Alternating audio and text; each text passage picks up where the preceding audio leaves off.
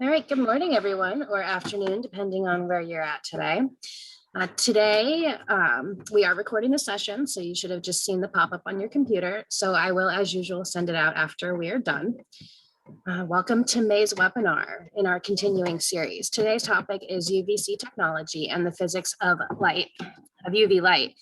As always, put your questions in the chat and we'll review them at the end. Dan Hahne is our presenter again. Most of you are returning, so I won't give the whole spiel, and I will just hand it over to Dan. Take it away. Kelly, thank you very much. And thank you all for joining us today on our session 5 in Veritech's Webinar Wednesday educational seminar series. Today's presentation is on UVC technology. And let me go ahead and share my screen and we will get started. All right, if you could, Kelly, if you could let me know that the screen has been captured. You're good. We're good to go. All right. All right. Again, many of you are returning from previous sessions, so I'll be brief on my introduction. Again, my name is Dan Hahne, and I've been in the industry for 35 years.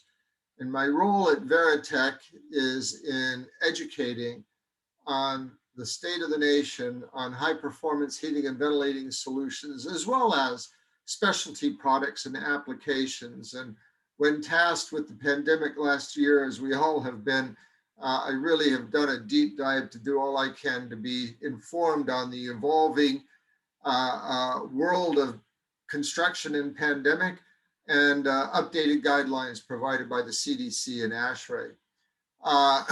Please be aware, for those who might be newcomers, that Veritech is not only a manufacturer's representative, we are an HVAC system solution provider. We've been in the industry for 45 years and have a presence throughout the Southwest, from San Diego through to Lubbock, Texas.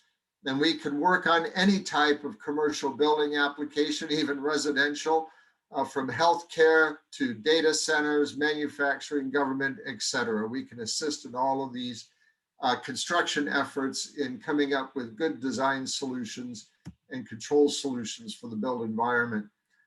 We have an expertise on the evolving and emerging high performance HVAC systems. We can look at variable refrigerant systems.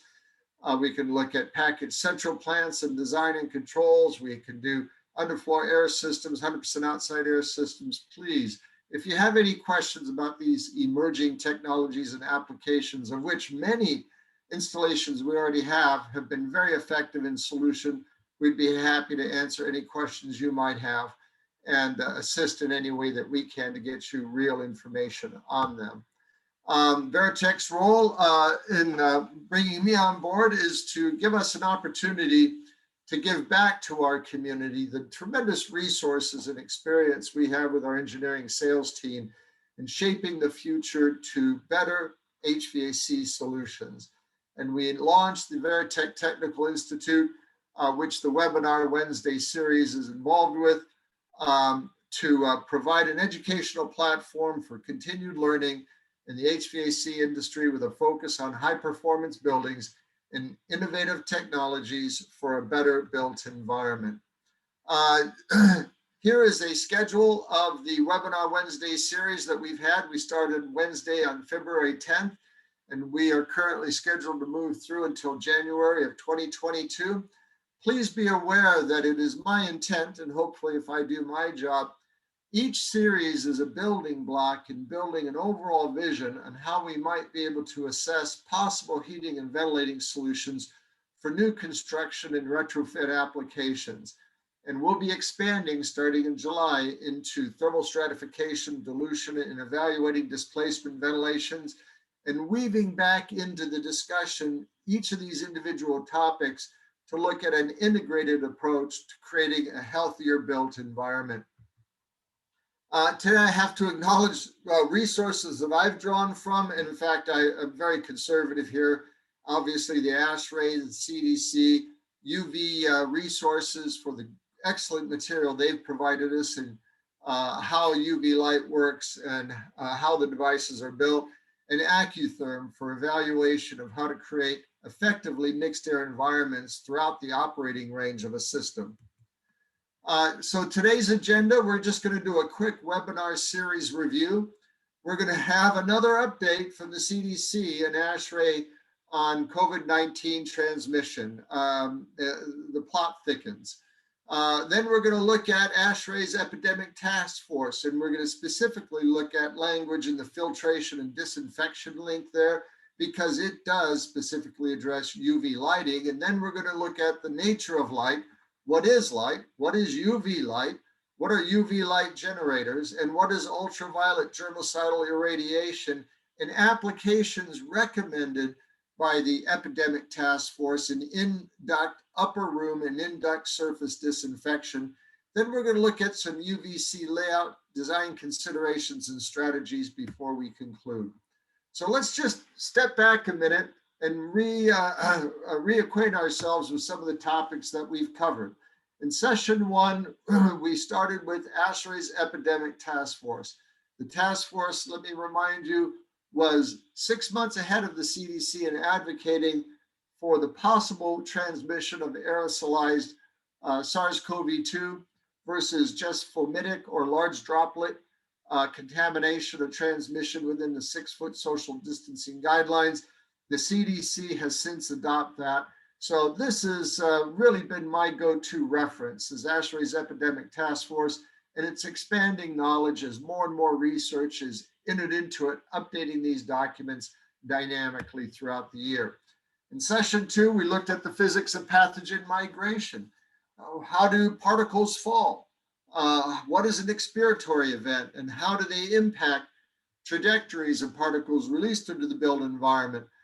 We looked at airflow and ventilation, displacement ventilation, and some prescriptive measures to reduce the aerosolization rates of particles once they're ejected into the space. In session three, we had the kind presence of Dr. Hoy Bohannon, Hoy Bohannon, Distinguished Lecturer for ASHRAE, present on ASHRAE Standard 62.1 2019, and why it is important that we properly ventilate a space, and some of the ventilation design considerations advocated by the standard, as well as Hoy's own personal experience on doing so. The last session we had was on humidification. Why is it that humidity, or proper humidity levels as expressed by ASHRAE, will reduce the risk of infection in the space due to the aerosolization or the reduced aerosolization rate of pathogen expelled into a space, as well as enhanced immune system performance, so we can hopefully evacuate any pathogens we may have ingested into the space. So please know that any and all of these presentations are available if you're new to the sessions and want to get caught up. If you go to ASHRAE's or to veritechsolutions.com and go to the educational tab, I'll let Kelly clarify that. All these recorded sessions are available for you to review. And of course, Veritech is here to support you if you have any questions on those sessions. So let's drill into today's presentation. Let's look at the CDC and ASHRAE and COVID-19 transmission update. First of all, on May 7th, last Friday, the New York Times posted an article that stated SARS-CoV-2 is transmitted by exposure to infectious respiratory fluids. This is an update from the CDC compared to their previous October 2nd statement, which acknowledged it but was a little vague. The language today is more aggressive. It states that the principal mode by which people are infected with SARS-CoV-2 is through exposure to respiratory fluids carrying infectious virus. Exposure occurs in three principal ways: inhalation of very fine respiratory droplets and aerosol particles. And I'll let you read the rest of it from there. But this is a big step forward in the recognition that ASHRAE has been dialed in appropriately with the means of transmission, how we need to be aware of infection beyond the 6-foot social distancing guidelines previously recommended. Now, don't get me wrong.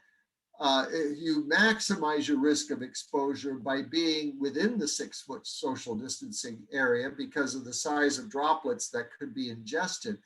But now we have validation and confirmation by the CDC that we need to be concerned about aerosolized viruses as well. The CDC in their K through 12 schools COVID-19 mitigation toolkit does address in their checklist number 4 that ultraviolet germicidal radiation has been considered as a supplement to help kill SARS-CoV-2, especially when increasing room ventilation options are limited. So the CDC acknowledges UVC Light Technology as a means for pathogen mitigation. ASHRAE's Epidemic Task Force updated its position on April 5th, 2021, stating with more aggressive language, airborne transmission of SARS-CoV-2 is significant and should be controlled, and says changes to building operations, including the operation of heating, ventilating, and air conditioning systems, can reduce airborne exposures. So we're seeing more and more pressure now with the government, with our standard writing agencies of recognizing that airborne transmission is a true risk. Now, here's the most latest news that I just got this morning, and I had to update the PowerPoint that you're hearing. Today, ASHRAE released an announcement. It's called the ASHRAE and IUVA Signed Memorandum of Understanding.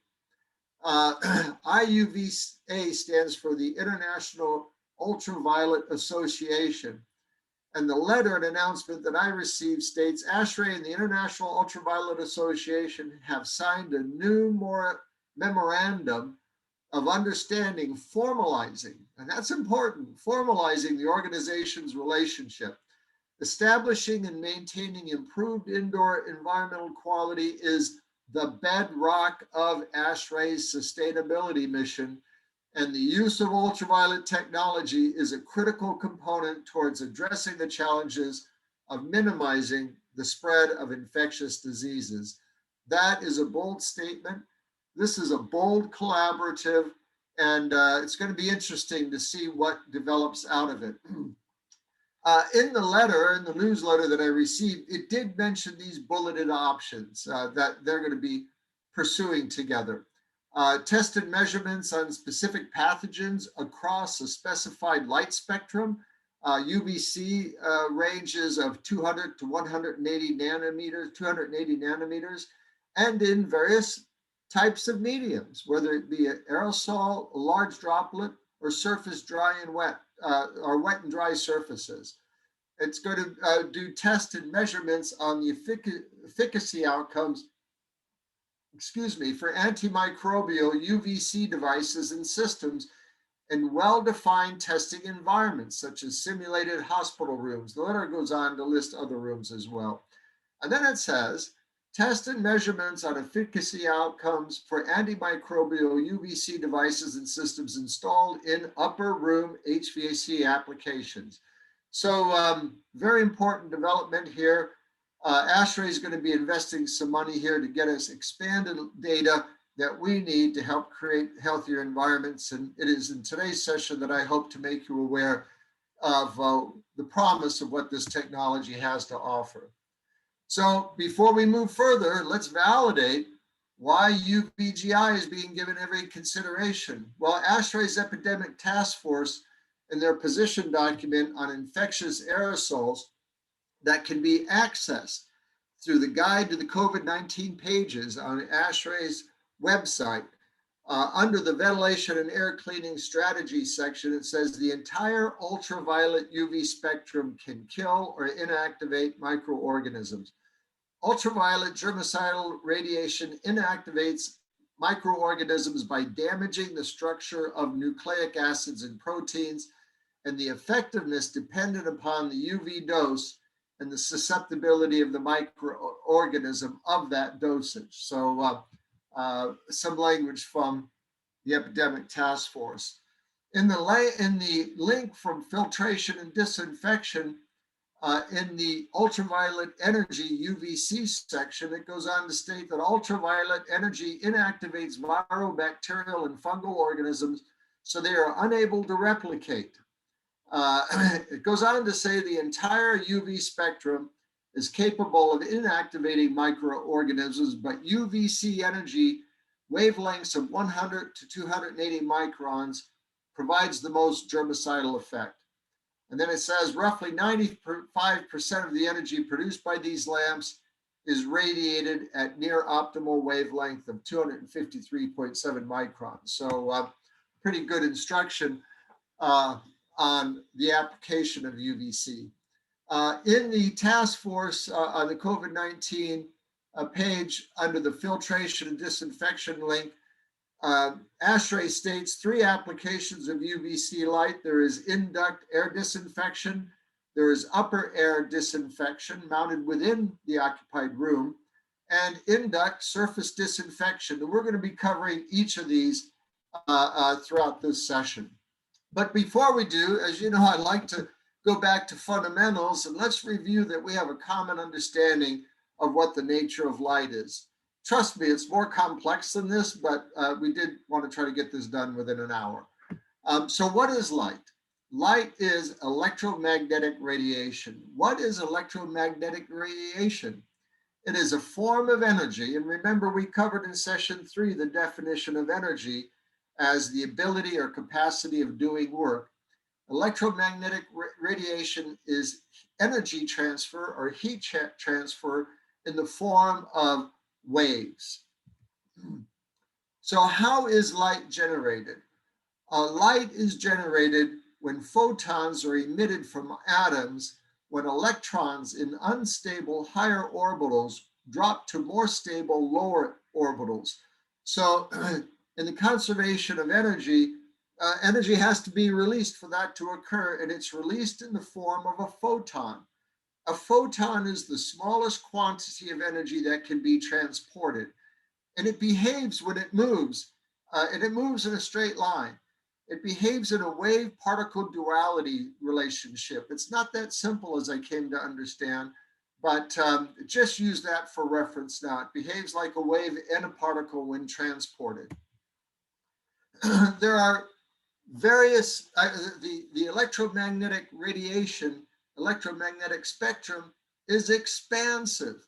There are high energy levels that are comprised of shorter wavelengths measured in nanometers and define the characteristic of energy along the spectrum. There's higher, the higher the frequency of an electromagnetic wave at higher energy levels. That is to say that the overall wavelength is compressed and you have a greater full cycle turn at high energy levels. At low energy levels, you have longer wavelengths and you have lower frequencies, and the intensity of that energy is measured by the amplitude, which is defined as half the height of a wave from its peak to its trough. So what are some examples of high intensity electromagnetic rays or waves? Excuse me, gamma rays are the most powerful form of energy that travels on the electromagnetic spectrum. The wavelengths of gamma rays are very small. They're smaller than the size of an atom's nucleus. So gamma rays travel very easily through surfaces and solids. Gamma ray facts, pretty interesting. A wavelength of high intensity gamma rays is roughly about 10 picometers or 10 to the minus 12 meters, extremely small.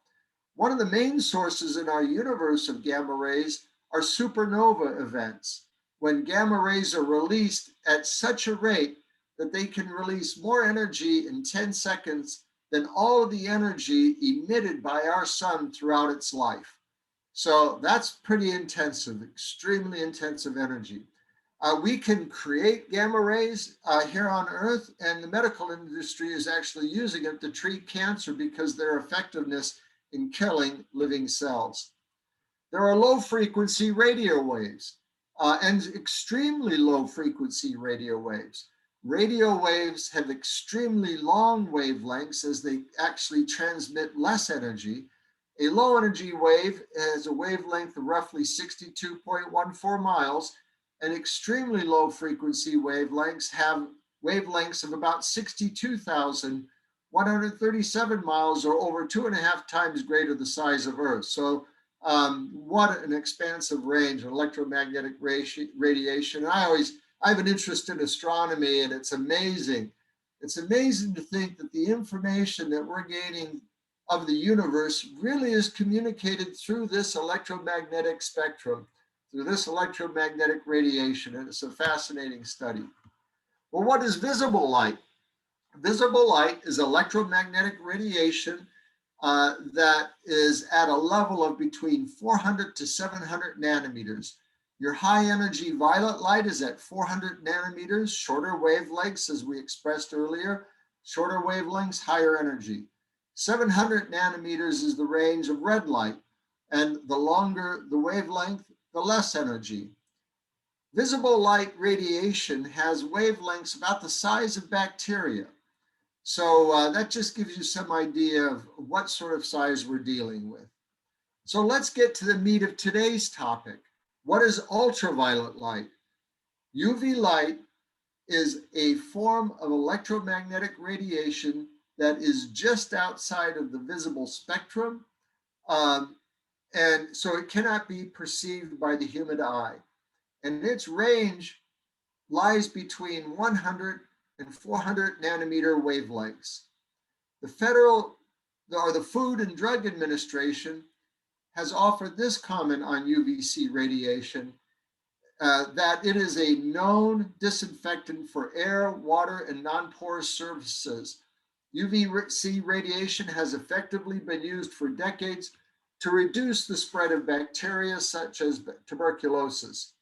UVC radiation may also be effective in inactivating the SARS-CoV-2 virus. So that's from the Food and Drug Administration.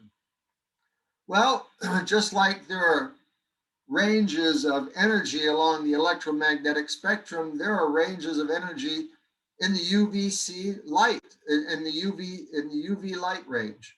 There's UVA long wave light that's responsible for skin tanning and wrinkles between 315 and 400 nanometers. There's UVB medium wave light responsible for skin reddening, sunburn, and skin cancer. There's UVC light, and this is what we're going to focus on today. And its range lies between 200 and 280 nanometers, and it is most effective for germicidal control. It's like a key going in a lock. That narrow band is really what is effective in deactivating or neutralizing germicidal agents. Then there's more powerful UVC or vacuum UV light. At this higher level, you can create ozone at the UV light wavelength range of 100 to 200 nanometers. So those are the ranges of UV light that are defined, and we're going to concern ourselves with UVC light. So what type of products are available to generate UVC light so that we can actually neutralize pathogens? Well, UVC lamp technology is a technology that uses low pressure mercury lamps, and they are similar to fluorescent tubes, and they have electronic discharge, electrical discharge through argon gas that strikes the mercury vapor, causing it to fluoresce. However, unlike conventional fluorescent tubes, there is no internal phosphor coat within the glass. And the glass is a special, highly engineered glass made of fused quartz. And when you have this combination of no phosphor and engineered glass, the light emitted as electricity passes through the argon gas and mercury vapor, you have a discrete production of UVC light at 253.7 nanometers. So that is literally the technology behind the light. Just think of it as a fluorescent bulb that is engineered to really focus in on the narrow bandwidth or wavelength of 253.7 nanometers. So many of these devices do require a ballast, but not all. And the lamp life is generally about 9,000 hours. So you figure about changing out a lamp about once a year if you're running 24/7, which is something to consider, certainly for commercial and institutional applications. The lamps come in four configurations. There are single-ended lamps that we use to insert inside a plenum wall or a duct wall that allows for ease of changeout with one point of connection to its hub.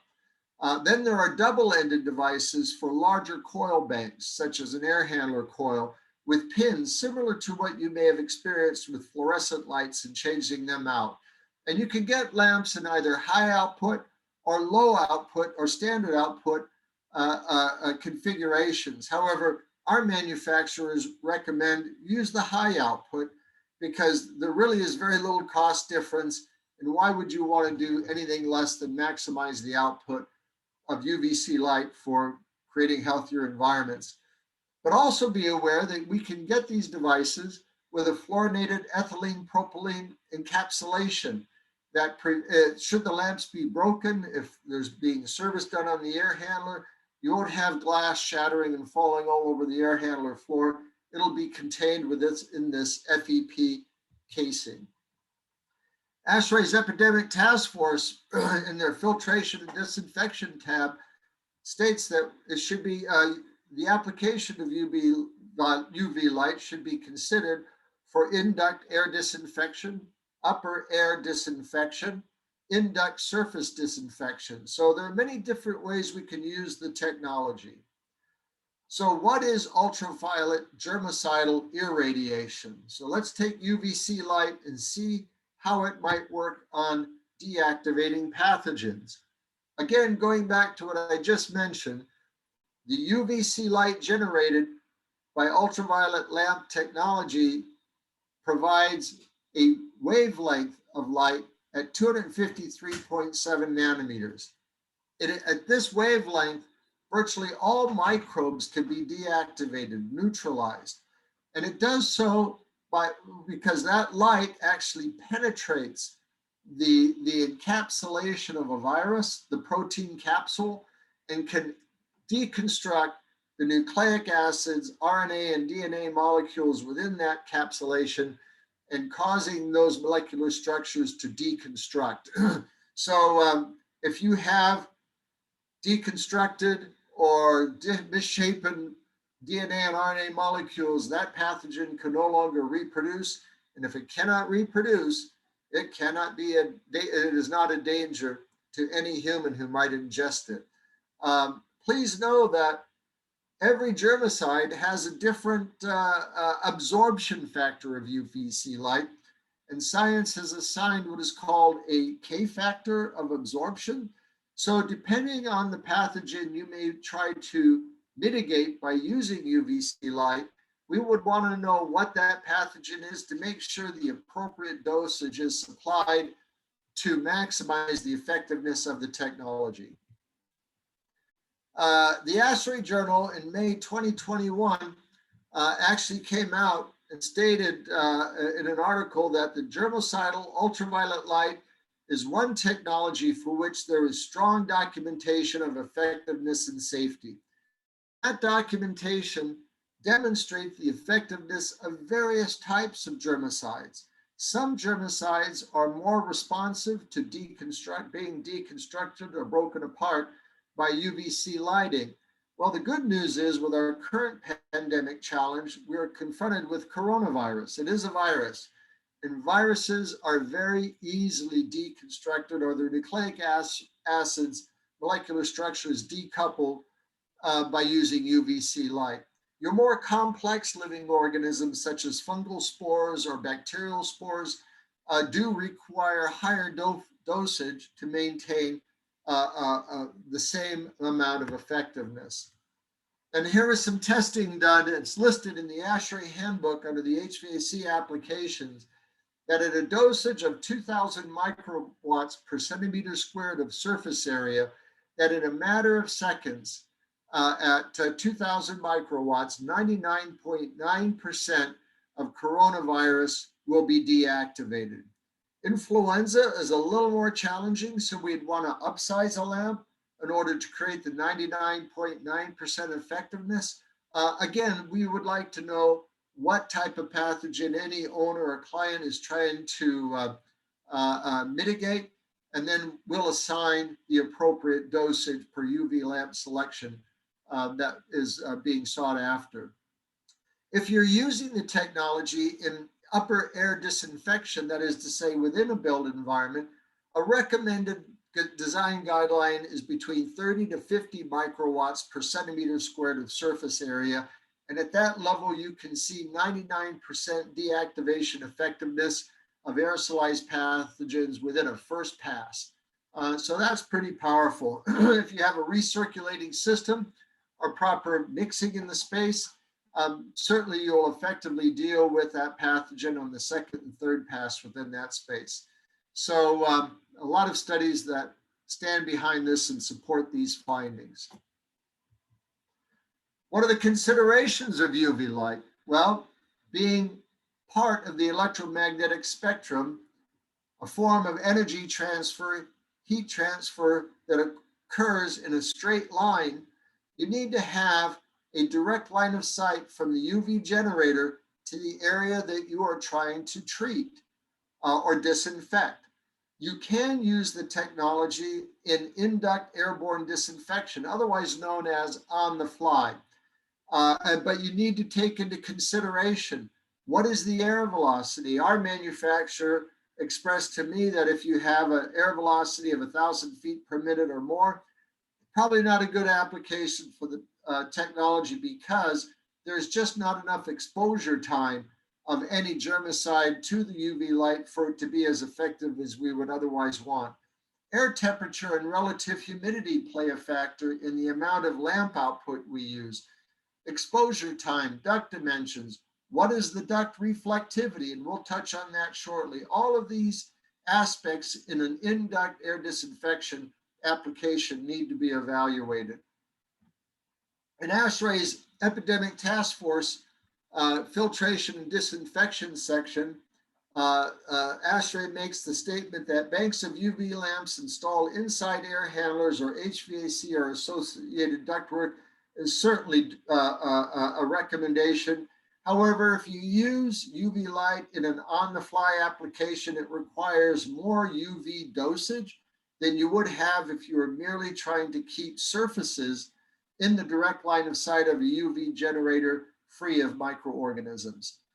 So the general design considerations are, it's best if you can maintain velocity of about 500 feet per minute or less. We can design the technology for higher velocities up to 1,000 feet per minute, but the faster the air, the higher the dosage, the higher the energy. So all of this is a calculation that can be done and effectively applied once we know the design parameters. You can use UVC light in upper air disinfection. You want to keep in mind that you want to locate these devices at a minimum of 7 feet above the floor, but you can actually neutralize aerosolized pathogen within the room literally within seconds, not minutes and not hours. And by applying a non-reflective baffle at the bottom of the device, you can focus that UV ray upward and outward so that that light does not enter into the occupied zone where it could present a potential health concern. In using this application, you want to look at using natural air currents. ASHRAE's 2019 handbook states that you want to optimize mixing in the space, so you're always drawing aerosolized pathogen from the room into the upper levels of the room where they can be exposed to the UVC beam and consequently deactivated. You can use the technology as well for energy savings and for better IAQ by using it to keep cooling coil surfaces clean and free of any biofilm or biomass that will generate over time on a condensing coil. For the same reasons as mentioned earlier, the UV light breaks apart the nucleic acids of these bioagents and prevents the buildup of any fungus or bacteria on the coil faces.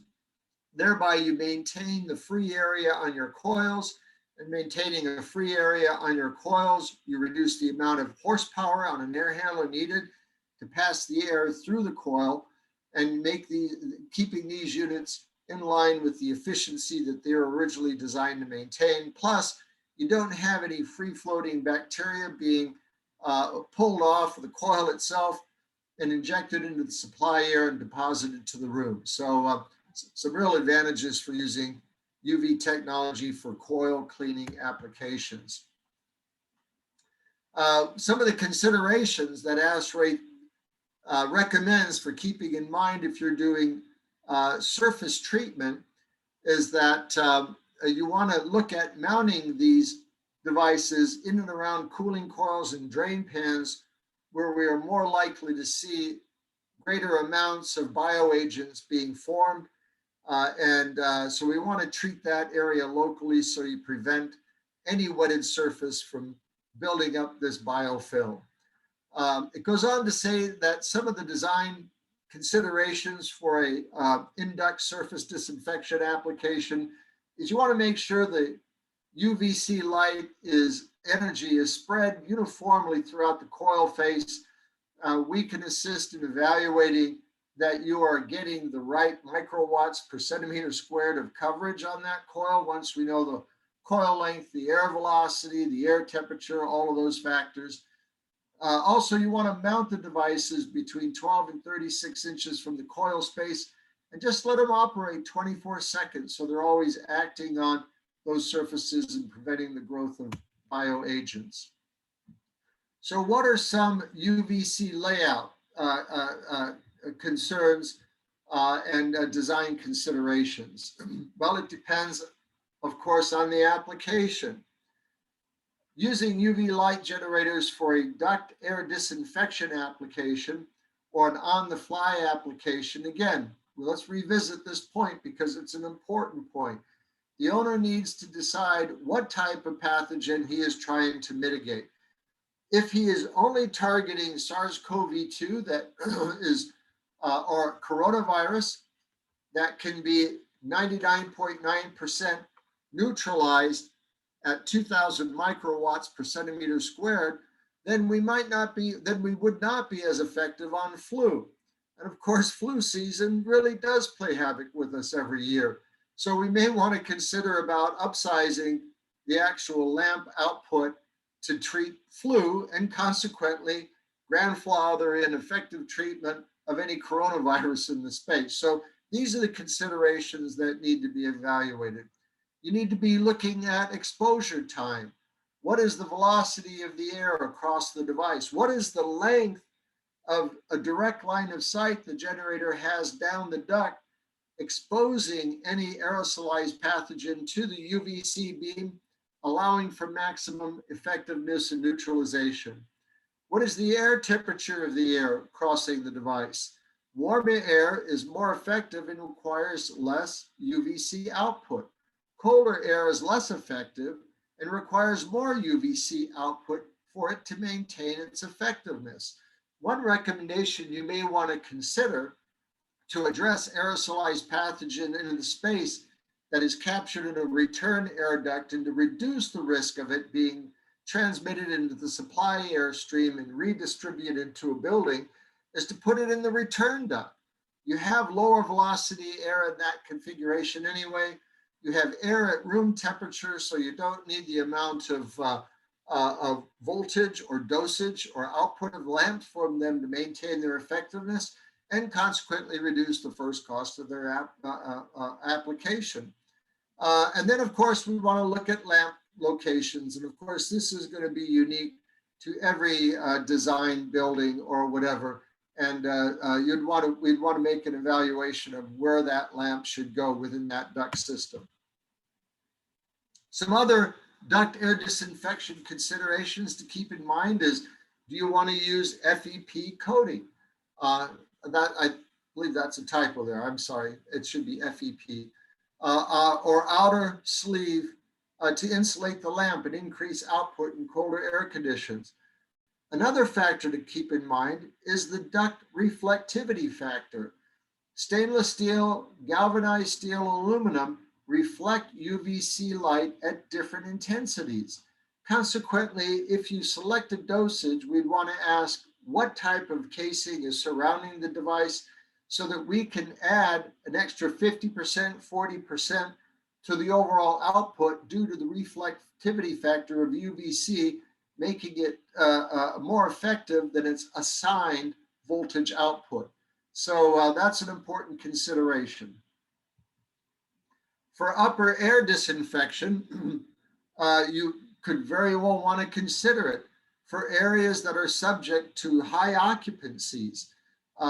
What about healthcare for patient rooms, PE rooms where we have immunocompromised patients?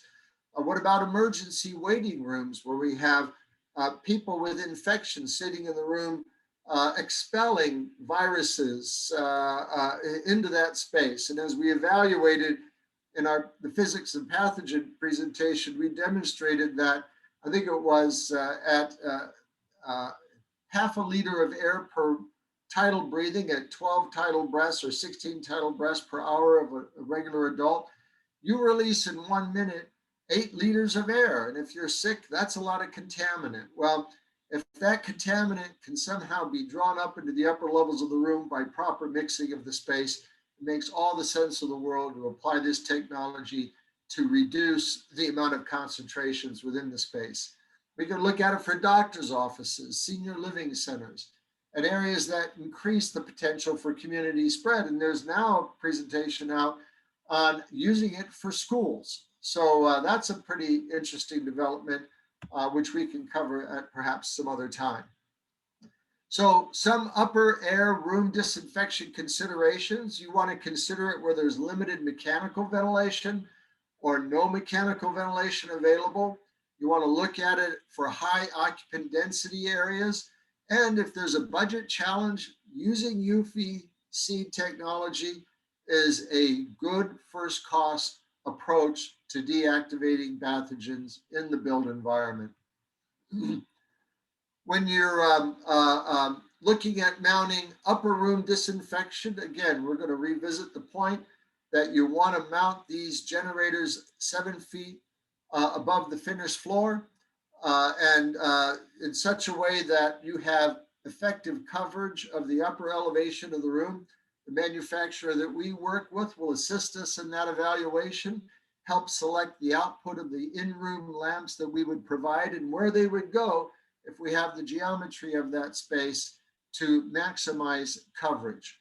But again, be aware that even in-room or upper air disinfection is very effective within seconds for our common illnesses, measles, mumps, TB, viruses, and flu, as well as coronaviruses. So what does ASHRAE's 2019 handbook have to say regarding upper air disinfection?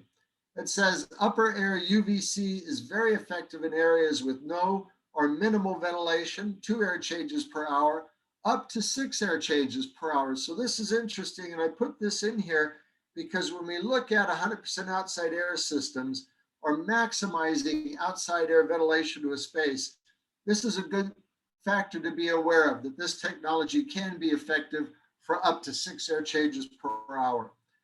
We need to make sure that the ventilation patterns promote good air mixing in the space, so you're always drawing room air up into the supply air jet and therefore allowing it to be subjected to the UVC beam. The handbook also goes on to state that the effectiveness of upper air UVC is related to air mixing, relative humidity, and the inherent characteristics of the pathogenic organisms we are trying to deactivate within the space. So again, all points that we mentioned earlier, but we need to drive them home when considering this technology. But again, the handbook goes on to state that effectiveness can be improved greatly when you have a well-mixed air condition within the space. So that begs the question, when do we have cold and flu season? Well, it's during our fall, winter, and spring months. Our HVAC systems are designed so that we can meet the challenge of peak loads. So when we are subjected to the times of year when it is driest, and we've already displayed or demonstrated that well-humidified environments reduce the risk of infection, are also our low load seasons where air is supplied at 50%, 60% of flow, and discharge velocities at diffusers on a VAV system are reduced, then you're not having the induction into the space at that part load condition during our most contagious time of year. So this is something to consider. And if you have a packaged rooftop installation, which technically per code should have ventilation throughout the occupied hours, but if it cycles on and off, then you have times when the unit isn't even running, allowing for any pathogen expelled in the space to stay local to the breathing zones of the occupants, thereby creating a health hazard of concentrations of pathogens. So one design consideration that I invite you to consider if you're looking at an in-room solution is how do we maintain high discharge velocity on a diffuser when we're at part load condition. And there are technologies out there today that will adjust the free area of the diffuser to maintain room space set point temperature and still and be able to discharge the air at high velocity, even though it's at low flow, so you can maintain thorough mixing in the room. And this is my opinion that it should be considered if you do have those challenging environments with high occupancy densities that served by a VAV system and arguably a DX system, a packaged rooftop system. Look at these diffusers. There are numerous manufacturers that will maintain the right discharge velocity to encourage room air induction into the supply air jet, allowing pathogens to be drawn up into the UVC ray or beam. So the maintenance and safety of this type of equipment, what considerations should we keep in mind? Well, first of all, we have to be aware that UVC bulb effectiveness is such that you could have 10 to 20% D rate on that bulb over a year. So the manufacturer that we work with, and I think it's an industry standard, requests that every owner change out the bulbs once a year to make sure that the technology is maintaining its effectiveness. If you try to run the lamps longer than 9,000 hours, you're going to have lamp outages and whatever, and you'll lose the effectiveness in creating a healthier environment. Another design consideration is to prevent glass from breaking and falling to the ground with some of these devices is to use the FEP coating that will contain any glass breakage and prevent it from spilling out onto an air handler floor. Also, your facility staff need to be trained on the technology. You don't want to just subject yourself to the exposure of UVC light. It is not good for you. It's not, it has various effects. So facilities teams need to be trained on safety factors when using this light. Excuse me. Some of the things to consider are wearing proper eye protection when inspecting UVC lamps, ensure that they are turned off during replacement and air handler service. Look at control strategies. Typical control package with a cutoff switch located just outside of a plenum door to make sure the lights are disabled. Or you could even provide a door interlock switch on the air handler that will disconnect power to the lamp in the event the door is open. You can also provide viewing ports through access doors with a UVC inhibiting agent that will allow somebody to look in at the lights to make sure they're operational without having that UVC impact their field of view. So, in conclusion, ultraviolet germicidal irradiation, what is it? Well, it is a tried and proven technology for many, many decades, probably in the realm of 50 to 80 years. It is recommended as a good solution by the Center for Disease Control It is endorsed by ASHRAE as a good pathogen mitigation solution, and ASHRAE outlines various good practices on how to apply the technology and guidelines on how to use it effectively. It is a reasonable first cost strategy for reducing the risk of infection in the built environment. They're very easy to operate, and though you do need to change bulbs out once a year, it's a pretty easy process, not labor intensive, but it needs to be addressed. Another thing to be aware of, again, and I touched on it in the beginning, is ASHRAE's growing expansion of doing research of UV technology with the IUVA, the International Ultraviolet Association, to evaluate how the products that are available today might be expanded so that we can look at new ways of applying the technology so that we maintain the effectiveness in perhaps ways that go beyond the current installations recommended by ASHRAE and the ASHRAE Epidemic Task Force. And if you're considering UV light technology, please be aware there are manufacturers' representatives. Once we know the design conditions, once we know the actual geometry of the building, what is the owner's intent, et cetera, we can support in selecting the devices with the appropriate UVC outputs to disable and neutralize the targeted pathogens an owner is trying to get rid of within this space. So please be aware of that. This is a real technology that isn't looked at too much beyond healthcare, but I think with the challenges before us in the future and the pandemic, that the industry might be taking a closer look at it. And if there are any questions that you might have regarding the technology, please don't hesitate to ask.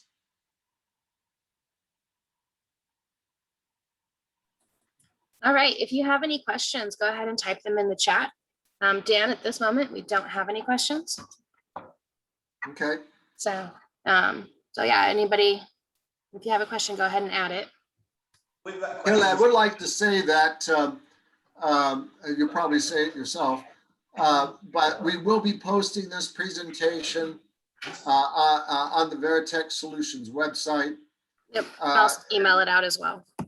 Yeah, there's a lot of information covered within an hour here, and I do make it my purpose to give you as much information as I can within that hour, but with the full awareness that once we leave today, you have a resource to go back and revisit this presentation on our website, as well as our previous sessions. So as we begin to expand in the webinar series, and we start looking at system solutions, you can always go back and look at these presentations, say, oh, that's what Dan meant about why 100% outside air systems could be applied with UV light applications or higher filtration or humidification, et cetera. So this is very much hopefully a developing integrated seminar platform, and please feel free to use it as you might see fit. All right, and Justin, you guys have some questions? Yeah, can we do audio, or we have to just type everything? You can do audio.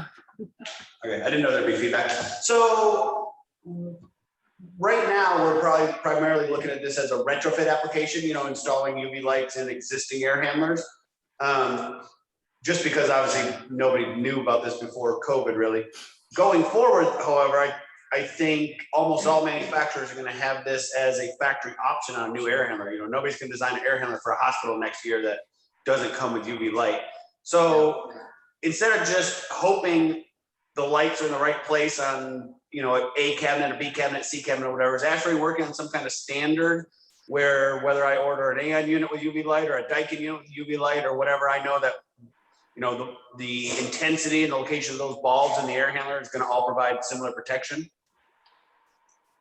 Justin, excellent question. And the answer is yes. In the newsletter submitted today by ASHRAE and their relationship with the IUVA, one of their goals is to create the standards that you're looking for. But right now they don't exist. We want to rely on our manufacturers' expanded resources and experience and allow them to give us their input on where the installation should occur, the length of bulbs depending on coils, depending on air velocity, depending on pathogen. But ASHRAE's stated goal with this memorandum with the IUVA is to create the standards you might be looking for. So in the meantime, in a retrofit application, let's say we have a hospital that has 20 different existing air handlers on it, all slightly different configurations, geometries, phase velocities and whatnot. What's as a consulting engineer who's been tasked with designing adding ultraviolet light to a property like that, what's our best resource? Are you guys providing that type of design assistance? If I can provide you, cut sheets for the existing air handler, is it really a custom design right down to the coil size and the box size, or how specific are you guys getting a retrofit? It is because we've got to assess the dosage, the lamp output based on the application, the air temperature, the location. And this is something that we would work with our manufacturer and you to evaluate what is the appropriate lamp size per the installation location and the proper dosage based on the pathogen that's trying to be ameliorated or removed from the space. So we would work with you on that effort. Absolutely. Yeah, and Justin, if you guys get Joe Murphy involved, I know he's done this already for other projects with UV resources. So he would be really great to help you with that. Okay, if I reach out to you, Kelly, can you put us in touch with the proper people? Because we have active projects going on right now where we're absolutely. solve the problem. Yep, I'll email him and copy you guys on it. Okay, on retrofit applications, it looks like it's a exterior box that would mount on basically the access panel to the coil, and then you have the various bulbs sticking in, and then you were showing a driver kind of like on a T8 lamp or whatever. Typically, where are you guys getting power for this? So I'm assuming it's line voltage 110 to the driver and then 24 volts to the bulbs, or how exactly does the power side of this work in a retrofit application? Well, you could either, if you have the terminals aligned, you could just power it off the panel serving the air handler, or if you don't have that, then you'd have to run separate line voltage to the device. So typically air handlers on like a hospital or something are going to be 460 volt 3-phase. So if we tap into any of the 3 phases, we'd have 277 volt single phase. Are these devices orderable in that voltage? I believe they are, and I know we have a David. Did David Butts join us, Kelly? Dave is on. Yeah, I'm here.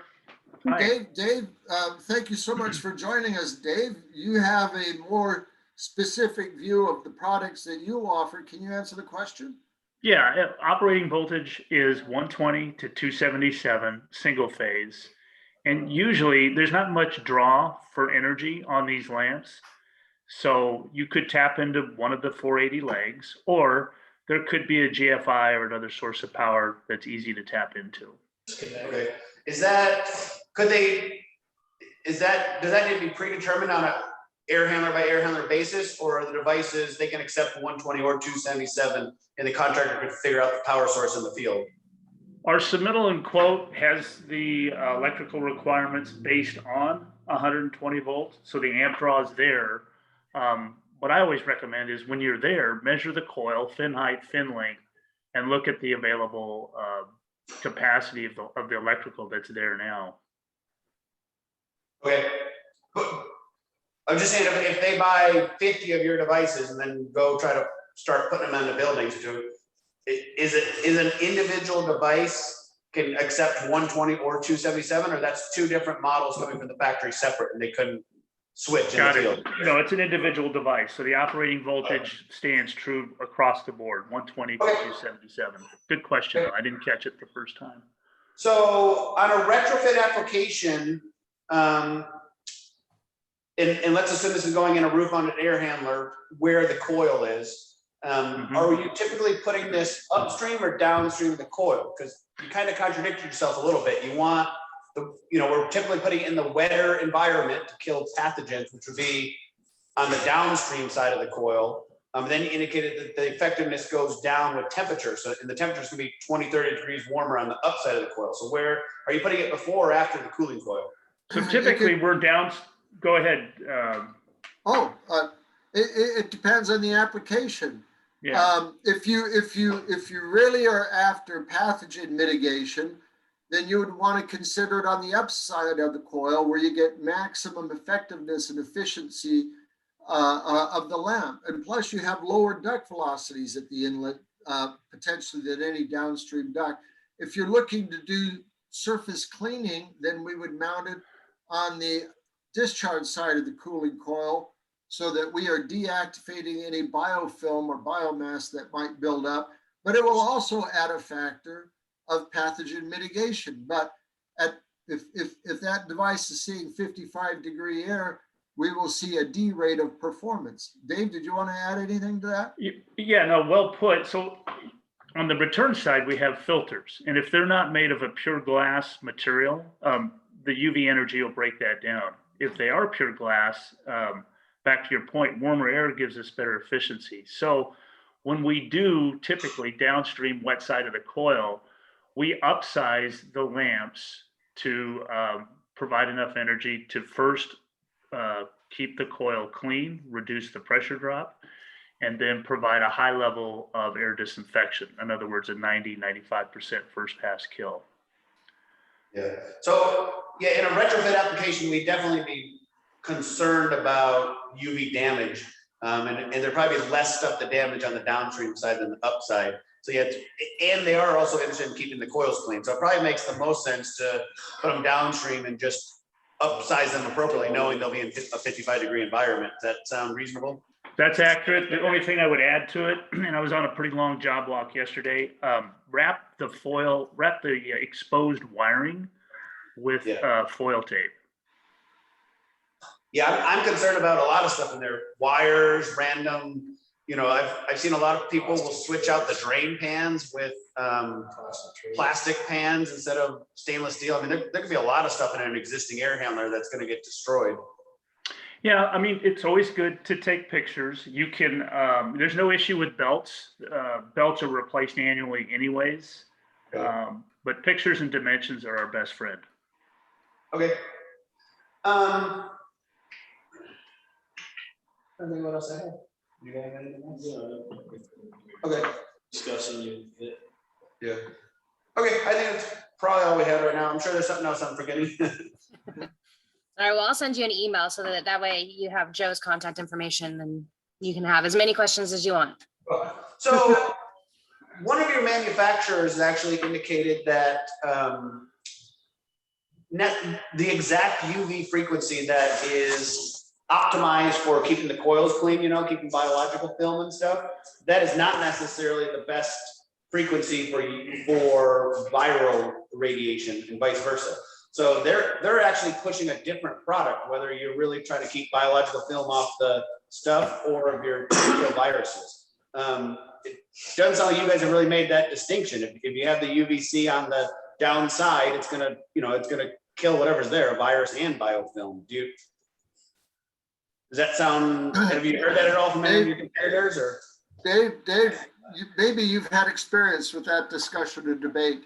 I saw in my research that a wavelength of 264 nanometers was optimal for viral mitigation. But Dave, if you would please answer that with what you might know. Yeah, so two things resonate when you say that. Back to your point, Dan, that we have a chart that shows maximum performance is at 265. Well, we're real close to that peak spectral line with our 253.7. I'm a heat transfer guy from the past, and when I see some of the pressure drop readings before UV, and then I see the pressure drop go down after UV, and that's part of the ASHRAE research paper 1738. It's very well documented that the UVC cleans up the coil, returns it to an as-built condition, and gives us the heat transfer that we want. With COVID, we increase the dosage of the lamps to provide a good first pass kill. So Dave, if I understand you correctly, what you're saying, again, identifying the target pathogen, you can overcome that wavelength discrepancy of, what is it, 9 nanometers or 10 nanometers by just upping the dosage? Well, we increase the dosage because we don't always have the residence time. Our software defaults to 2 feet off of the coil, and that gives us about a quarter second residence time for COVID. But back to your point, Dan, there's a K factor involved with each pathogen that we're trying to identify. So I'm really glad that you did hit on that, because there are other things that we want to eliminate. So we call it air disinfection. That's a broad stroke. But if you have other things, tuberculosis, then we need to look at it from a different angle, different math. So just to clarify, if you're going after a pathogen like mold versus a virus, are you recommending the same 253 UVC bulb and you would just change the intensity, or would you switch to a totally different frequency bulb? Let's say we're more worried about mold than a virus. No, the lamp would stay the same. Mold is just going to take a little longer to inactivate, but mold's typically going to build up on the drain pan and the coil. So the lamp's in there, working 24 hours a day, 365 days a year. So the time would be a little bit longer for mold than it would be for, say, COVID. So it's really just the dose. We didn't understand it right. It's the doses we're varying, not necessarily the frequency of the bulb coming out of the product. Correct. Correct. Okay. I think we have quite a bit of work for you. You want to put this into action? Yeah. All right. We just had one more question in the chat, but he already jumped off. So I don't quite understand. He said the VAV diffusers have had calibration issues and have posed maintenance challenges with adjustments in the past, like 10 years ago. Has this been addressed, or is there still a consideration? Since I really am a product specialist on VAV diffusers and I've been out commissioning jobs, I'm not aware of that issue, quite frankly. My experience has been you set the thermostat adjustment, at least on the manufacturer that we've used and I've had experience with, and you're done. The problem with VAV diffusers is making sure that the owner knows what they have, the power of room side adjustment that's available at their fingertips, and what the solutions are. It can be easily addressed. But no, I have not had any problem with calibration of these devices. And how, I guess, how does that relate to UV light? I guess that's the part that I didn't understand the question. Well, UV light, if that diffuser can continue to adjust its face area so you maintain a discharge velocity or high discharge velocity, when you're at part load, at that higher discharge velocity, you will continue to draw room air, induce room air into the supply air jet, bringing any pathogen up into the ray of UV light in the upper level of the room. Whereas if you go to low flow on a conventional VAV system, your induction ratio of room air into the supply air jet will be compromised, and the opportunity of exposure of any germicide to the beam will be mitigated. Okay. All right. I will email him that answer since he already jumped off. But that is all the questions that we have in the chat. Sorry, we went a little over, but those were some great questions. So definitely worth it. Again, I will send out PDH certificates for anybody who said yes when they were registering, and I'll send out a link to our website once I have the recording and the PDF slides available to download. As Dan mentioned, those slides were so full of information, so we will definitely get that on the website so you can use it as a reference looking back. Dan, any closing words? Thank you very much for your time and your consideration, and we welcome any and all of your input regarding this presentation and for future presentations. It helps us to understand what the market needs are, what the challenges are to our owners and design teams. Please communicate those to us so we can make sure we address your needs. Absolutely. Thank you. And I will be sending out registration for our June webinar, which will be needlepoint bipolar ionization. So look out for that. And thank you, everybody.